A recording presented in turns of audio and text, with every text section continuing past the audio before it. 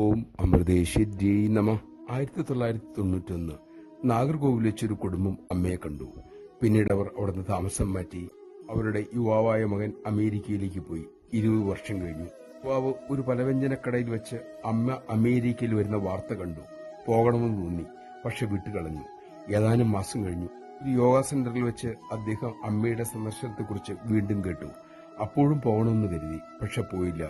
കുറച്ചു ദിവസം കഴിഞ്ഞു. യുവാവിന്റെ അമേരിക്കക്കാരനായ ഒരു സുഹൃത്ത് പറഞ്ഞു, നാളെ ഞാൻ ഭാരതത്തിൽ നിന്നും വരുന്ന ഒരമ്മയെ കാണാൻ പോകുന്നു, നീ വരുന്നു? അമ്മ തന്നെ വിളിച്ചുകൊണ്ട് പോവുകയാണെന്ന് യുവാവിന് മനസ്സിലായി. അങ്ങനെ അവർ ഒരുമിച്ച് 4 മണിക്കൂർ കാർ ഓടിച്ച് ദർശന സ്ഥലത്തെത്തി.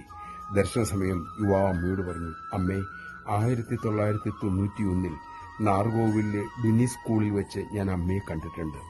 അമ്മ അരുളി, മോനെ, 1991 നാർഗോവിലെ ഹിന്ദു കോളേജിൽ വെച്ചാണ് അമ്മ നിന്നെ കണ്ടിട്ടുള്ളത്, സ്കൂളിൽ വെച്ചല്ല.